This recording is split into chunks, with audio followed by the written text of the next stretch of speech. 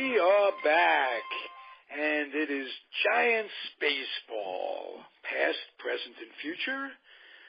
Your host is Tim Haller, and my name is Ralph Tyko. Tim is a little under the weather, got a little laryngitis still.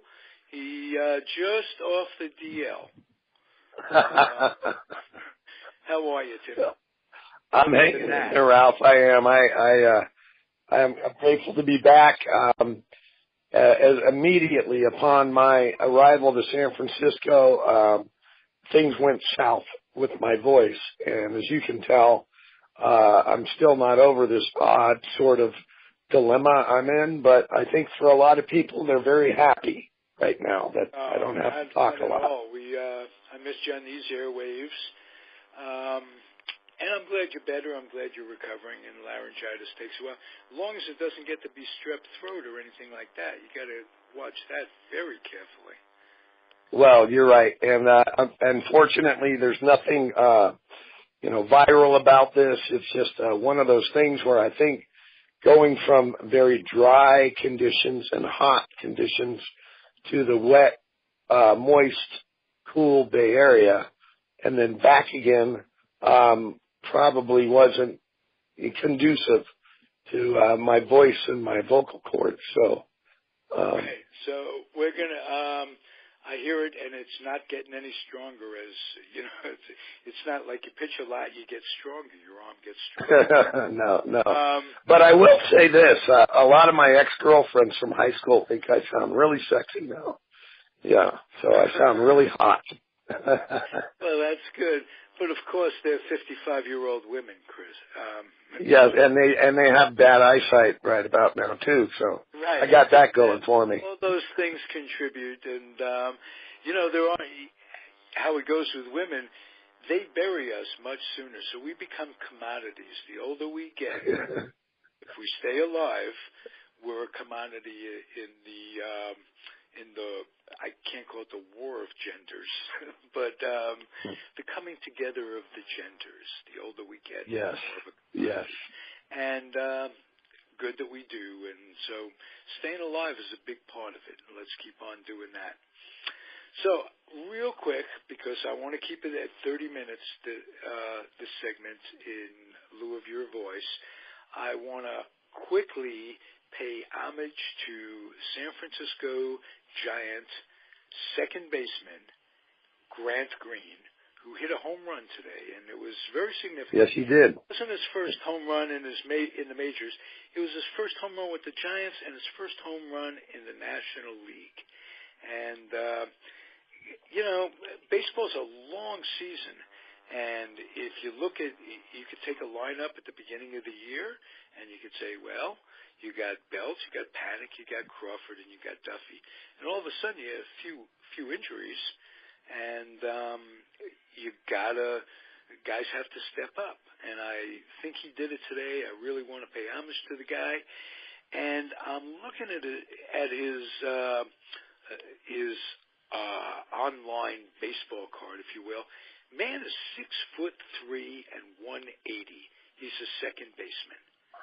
Now, nice. If that doesn't tell you something about the changing of the game, even since you've played the game, how tall are you, Timmy? Well, when I played, I was listed at 6'1". I'm probably more about 6 foot, and I weighed, at the beginning of the season, I weighed about 205, and then towards the end of the season, I was down to about 185. So. He's got a couple inches on me, but he's lean. And, again, these guys today are so meticulous with what they eat and their workout regimes between and after ball games. So I'm going to also say that he's probably in far better shape than I was when I played. So, I mean, a 6'3", 185 pound second baseman or 180 pound second baseman is a horse. He's like a quarter horse, and it's not unusual to find big guys playing all over the field, especially pitching. You cannot get signed if you're a little crafty left-hander if you're Harvey Haddix or those guys, the scouts look for the big, hard-throwing guys. And, well, they do. And I'm amazed at guys like this kid Seager with the Dodgers, 6'5", 200 pounds. I mean, he's huge, and he handles his position like Cal Ripken was a big guy. Cal was tall. Yes, he was. These guys are just great athletes today. I think the genetics, throughout the generations too, these guys are getting bigger and faster and stronger. Yeah, early on training, and all kinds of stuff. Notwithstanding PEDs, which I'm sure still go on. There's no question about that, but the whole game has changed from that standpoint. It has. It really has. All right. I'm just tickled to death at the way these Giants are playing, man. They are just an amazing club.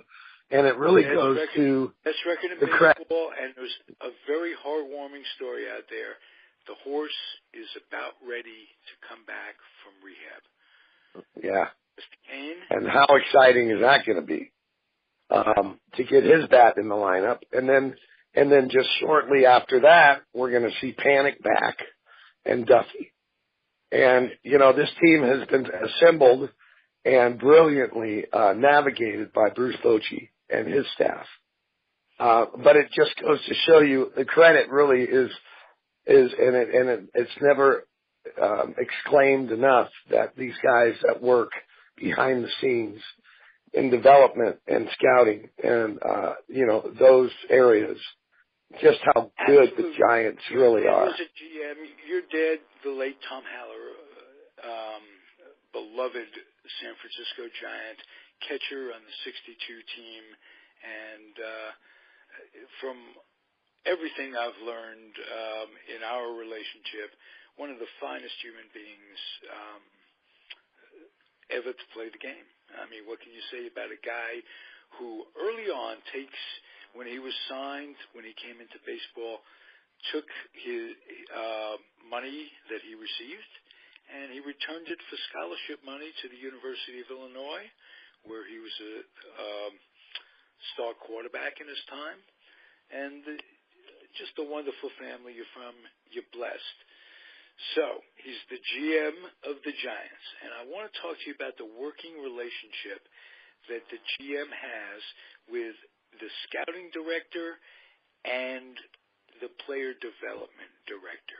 I think that has to be like a threesome going on. Am I correct about that? You are. You're exactly right. It's in the baseball realm, it's a menage a trois, and the general manager and his director of player development and his director of scouting have got to have an incredible, first of all, they have to respect each other and have a great work and relationship in what they know, their knowledge, their experience, obviously. And then there's got to be a level of trust.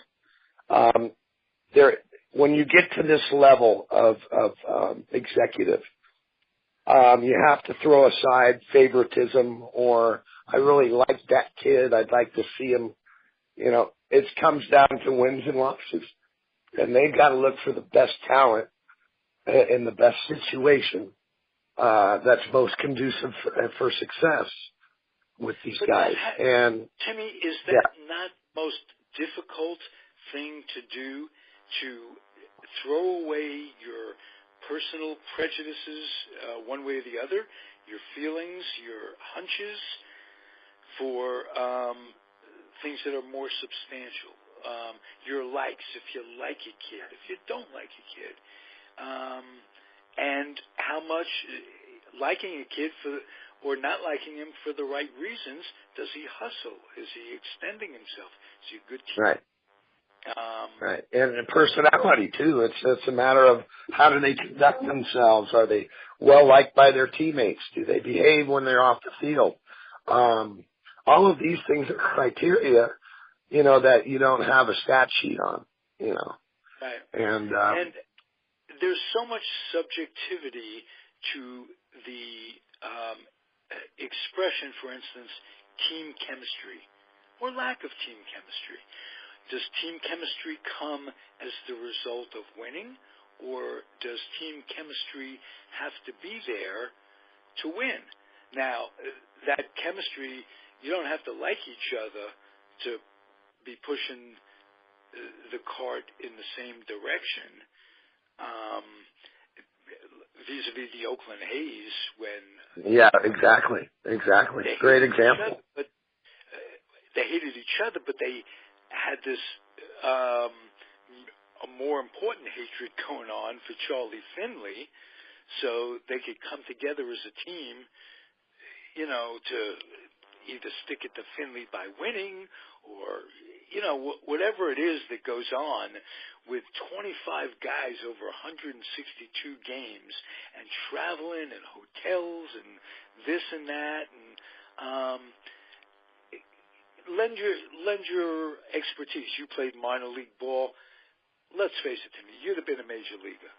You were, for those of you who don't know the story, Timmy was well on the fast track playing in leagues that led to the majors. You played in the Florida State League, and then you played AA ball.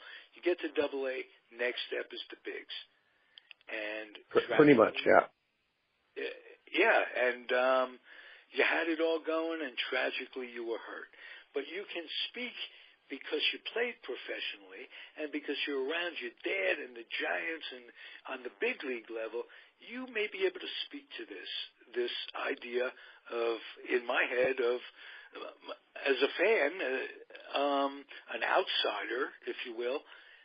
I'm curious how baseball is a game of individual statistics, and you could say it's almost like rotisserie league. If you get everybody having their career year, statistically, you stand a great chance of winning, because statistics in baseball really transcend to wins and losses, more so than in any of the other sports, the way I see it. So I have to agree with you on that, yeah. You do agree, or you don't? I do agree 100% with that in terms of the statistics and what they portray or what they represent. I think they're far more credible in baseball than they are other sports. I think that, especially so with that said, again, the idea of teammates and the importance of teammates. I see the double play combination. I can see guys that get along from that standpoint. But other than that, where does the teamwork come in? Is it more in picking each other up, in getting that big hit when you pick yourself up after making an error early in the game? And you talk on that for a while. Yeah, I think what at least my philosophy, my personal philosophy is, if you put a nucleus of, let's just say, a 25-man roster together, and the Giants are a great example of this, because they exhibit something that I don't think any other organization does, or if they do, I'm not close enough to any other clubs to be able to vouch for this. But I know that the Giants are egoless. They're selfless players. Because they've won some championships and they want to get back to the top again, they understand that they don't need that ego. They don't. Okay, and I'll very blatantly put it. Case in point, probably one of the greatest players to ever play the game with the Giants, Barry Bonds. They never won a championship. It was a distraction because of everything that he was doing statistically and the personality conflicts that it brought about. They were unsuccessful in terms of winning a championship. The Giants today have assembled a group of guys that, one, are extremely talented, but they're selfless. They're playing for each other. And it's almost a microcosm, really, of what it would be like if our world were to work that way. If it wasn't all about me, but it was about us. because if we do, it's for the better. It's for the better of the good if we do it collectively. Because you can't have any real success if there's just one person at the top. Case in point, Barry Bonds. Okay, so the Giants have done an incredible job of assembling some talent, incredible talent, that could care less about what their numbers are. They really could. Because at the end of the day, it's about a W, and it's about that cohesiveness as a team as to why they're successful. And now, yes, the Oakland Athletics had some personalities and they didn't get along really well, but when they walked out onto that field, it was all business. And they could play together like no other club. No other club that I recall when, they're the last team to win 3 in a row. I can tell you that. And it's only been done, the Yankees did it. But other than that, that's unheard of. So you had a collection of guys that were... It could have been more. Finley started selling them off. It was horrible. It was awful. It was horrible for those players. It was horrible for the organization. To watch people like Rudy go, Fingers go, Vida. Right. Gene Simmons. Terrible. Yeah. And I think that what the Giants have done, and it was a culture that has been a part of that organization when they were in New York. It's about the guys playing together. When my dad played with his group of fellows in that generation, they were family. They cared about each other and their families. And I think that's what's contributing to their success today. These guys really care about each other. These guys truly care about the success of the team as opposed to the success of the individual. And then when that's all taken care of, then we can look at, look what a great year Buster's having. Or look at the year Brandon Belt's having. Or look at Brandon Crawford. Oh, man, he's having an MVP type series season. So, but individually, great, good for them. But if you don't win, it doesn't matter. And the Giants have an ability. They have a depth in their system in terms of the eyes and the ears and the people behind the scenes to look for guys that are team players. And that still have all the ability and the talent in the world, but they are not looking for an ego. And that's why they're successful. And they come to the clubhouse, and they root for each other. Let's put it. It's camaraderie. It's a brotherhood, and it's amazing. You can see it when somebody does well. They're all on the front step. There's a team that is up on always leaning over the railing. And, they are into their job. I loved yesterday. Yesterday, case in point, small example, Posey gets thrown at. The second one goes behind him. There's a few, stares at each other and then Bochy gets tossed and there's a warning, etc. What does Brandon Crawford do? He comes up and hits a 2-run bomb to tie the score.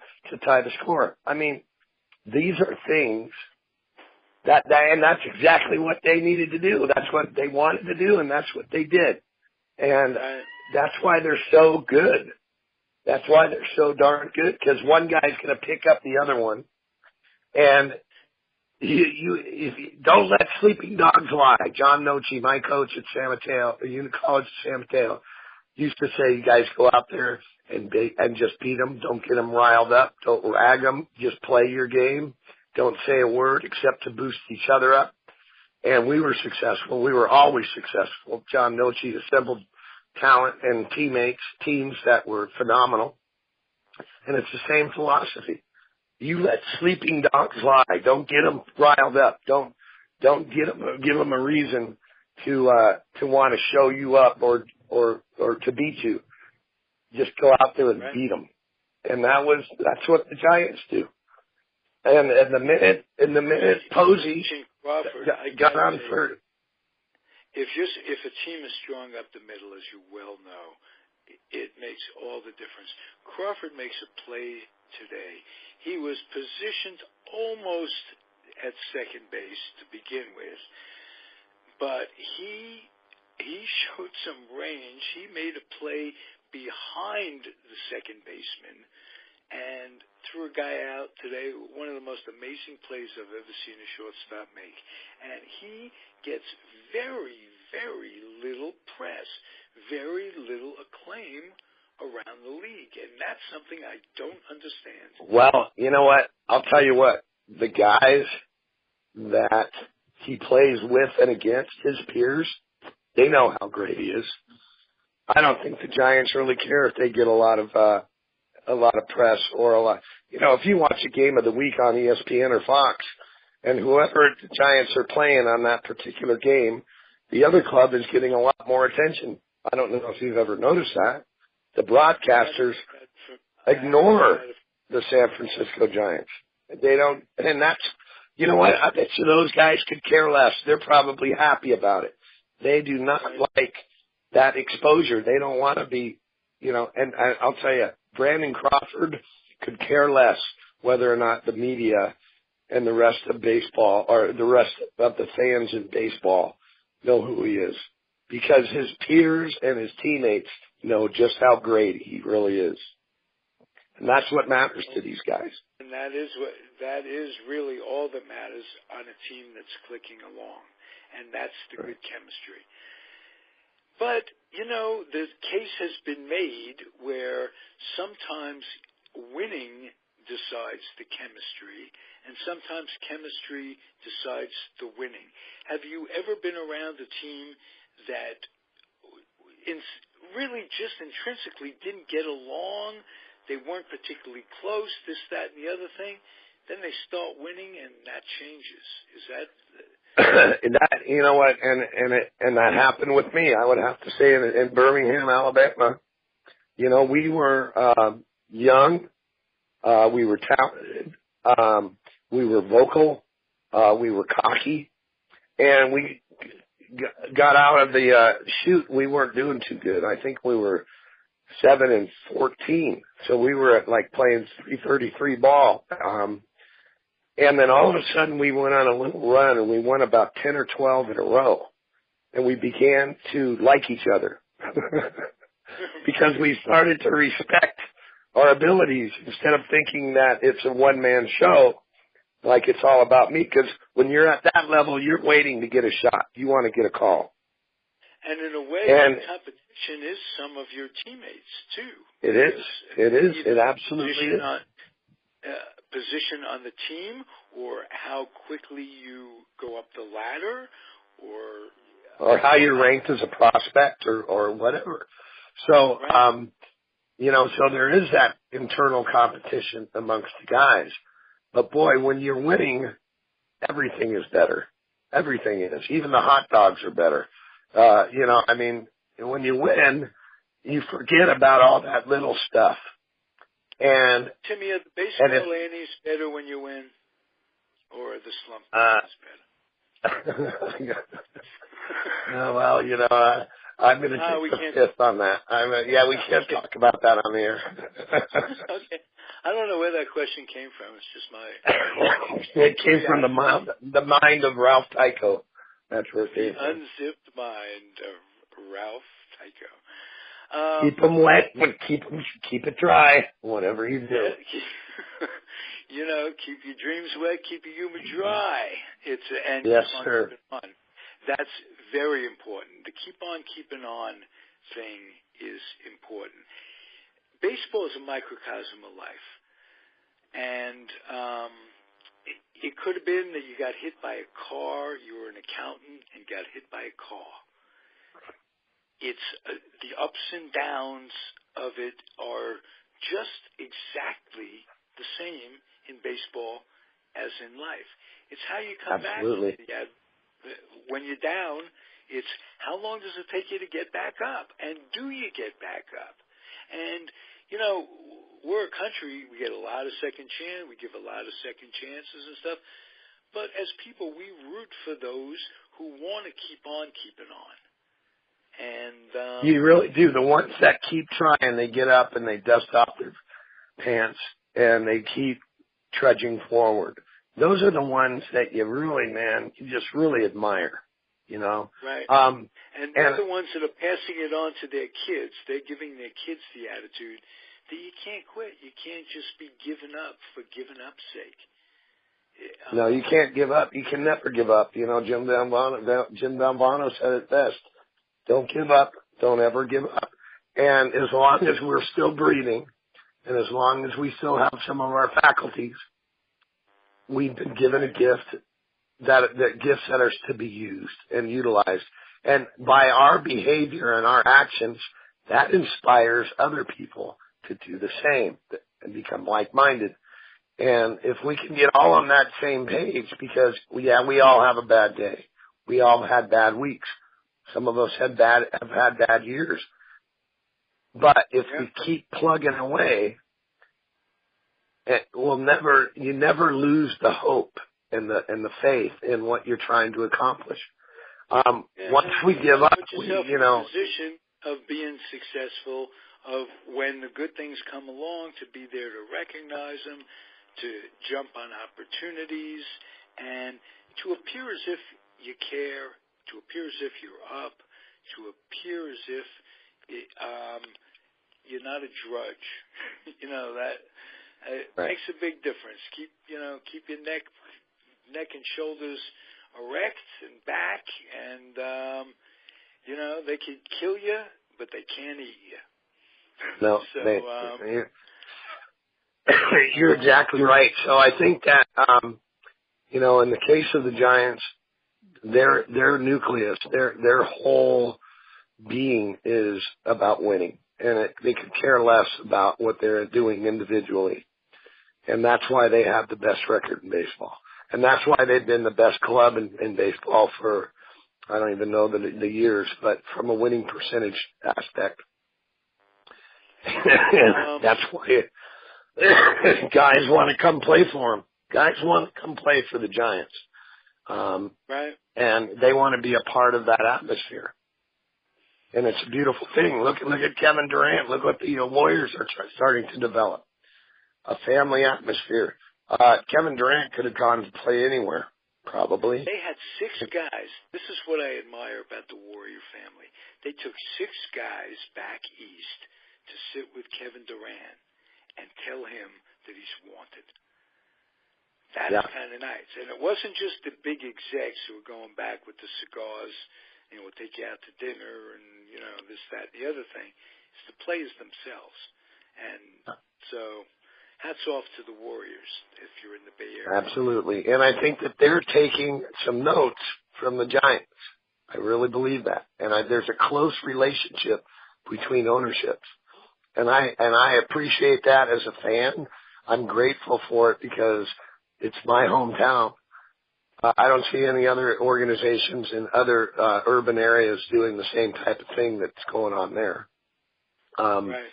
And I'm proud to be a San Francisco fan. I really am.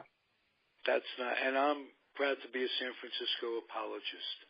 I can't. Yeah, well, it's okay. They left me when I was 11. I wasn't even 11. I was 10. And they went from the New York Giants to the San Francisco Giants. But I can't stop loving them. Couldn't stop loving them in '62 when every member of the managerial and coaching staff were former Giant heroes either in the 51 and or the 54 championship series. Didn't go all the way in 51, but they certainly did in 54. Alvin Dog, Jansen, these guys came. It was terrific to watch them mentor the new guys, and some of the new guys Willie was playing with those guys. Just the 62 team was terrific. And again, your dad was an intrinsic part of that. To this day, I wish either he or Ed Bailey batted right-handed. I think I might have mentioned that before. That really would have been something. It would have. It really would have. It would have. When you think back about that, and these two exceptional catchers, defensive catchers that could swing the bat a little bit. They were platoon, but they were both left-handed batters. Right, and they both had to face lefties. And, so it would have helped both their careers for certain. Anyway, by, a foot in the air over Bobby Richardson's head? Or another foot to his left, who knows, or wherever. Just kind of smile and shake his head and just kind of go, whoa. to this day, I'm guessing on that. I think everybody that was there that day, including the beer vendors, think that way too. I know the Yankees have talked about it. I know some of the players that were there that day spoke about it, and they said, if that ball was up, another 18 inches or maybe another foot to his left, it would have been a completely different ending. Absolutely, and he smoked it too. He hit it hard. Oh God, he on the nails. He hit it so hard. Yeah, and the funny part is Terry had his option of pitching to the left-handed McCovey or the right-handed Cepeda, because they could have put him on and it would have made no difference. And he chooses the left-hander. The left-hander smokes it, and he comes out smelling like a rose. Yeah. Baseball's a funny game, but sometimes... Game of inches, too. And it's not game of inches. funny sometimes. Timmy, thanks for gutting it up tonight. I appreciate it. I love you, Ralphie. I'll do the best I can given the tools I have, so I appreciate it. The best you can given what we have, and then living with the results. That's pretty important too in life if you're listening out there. Sometimes you do the best you can, and that's all you can do is the best you can, and it doesn't always turn out to be the top of the summit or this, that, and the other thing, but it was the best you can, and you got to, and that's it, Thank you, sir. We'll talk next week. Thank you, Ralphie. Be well, everybody. We'll talk to you next week. I'm praying for your voice, and you don't hear that out of me very much. Oh, goodness. The earth is shaking. See you later. Goodbye. Bye, Timmy. Bye, everybody. Ciao, and keep on keeping on.